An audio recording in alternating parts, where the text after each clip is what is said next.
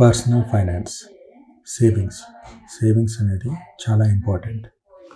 మనం ఎర్న్ చేసిన ఇన్కమ్ నుంచి ఎక్స్పెండిచర్స్ పోను మిగిలిన అమౌంట్ని సేవింగ్స్ అంటారు.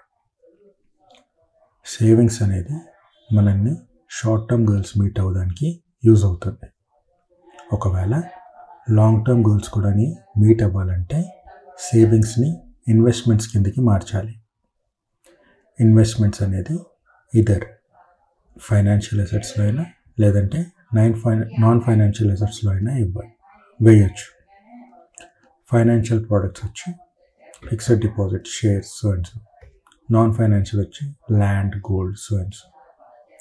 ఇన్వెస్ట్మెంట్స్ అనేది షార్ట్ టర్మ్కి, మీడియం టర్మ్కి, లాంగ్ టర్మ్కి కూడా చేయొచ్చు.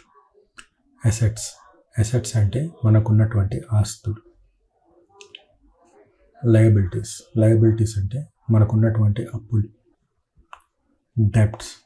డెబ్ట్స్ అంటే మన దగ్గర అయితే ఎంతైతే అమౌంట్ ఉందో అవి సరిపోకుండా ఇంకా ఏమన్నా బారో చేసుకోవాల్సి వస్తే దాన్ని డెబ్ట్స్ అంటారు. Time value of money. ప్రస్తుతానికి 500 రూపాయలకి ఏదైతే వాల్యూ ఉందో 5 years తర్వాత దాని వాల్యూ పడిపోతుంది. టైం పెరిగే కొద్దీ వాల్యూ తరుగుతుంది.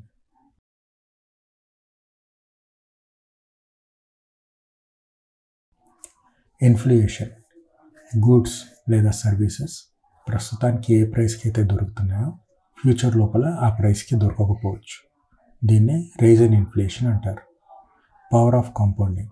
సింపుల్ ఇంట్రెస్ట్ కన్నా కాంపౌండింగ్ లోపల మనకి ప్రిన్సిపల్ చేంజ్ అవుతుంది కాబట్టి ఇంట్రెస్ట్ బాగా వస్తుంది. Rule of 72.